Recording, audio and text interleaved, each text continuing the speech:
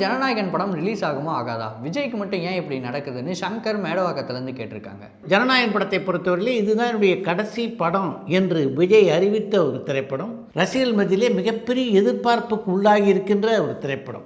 அப்படிப்பட்ட ஒரு திரைப்படம் குறிப்பிட்ட தேதியில் வெளிவரலை அப்படின்னும்போது அந்த திரைப்படத்தினுடைய கதாநாயகன் விஜய்க்கு எப்படி இருக்கும் யோசிச்சு பாருங்கள்.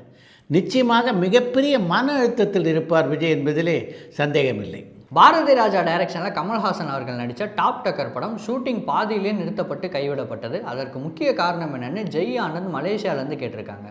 டாப் டக்கர் படத்தை பொறுத்த வரைக்கும் அந்த படத்துக்காக காட்சிகளெல்லாம் நாங்கள் படமாக்கலை, பாடல்கள் மட்டும்தான் படமாக்கணும். 2 பாடல்கள் அந்த படத்துக்காக படமாக்கப்பட்டது. அதுக்கு பின்னால் பார்த்தீங்கன்னா காதல் பரிசு அப்படின்ற படத்தில் டாப் டக்கருக்காக படமாக்கிய ஒரு பாடலை பயன்படுத்தியிருந்தாங்க.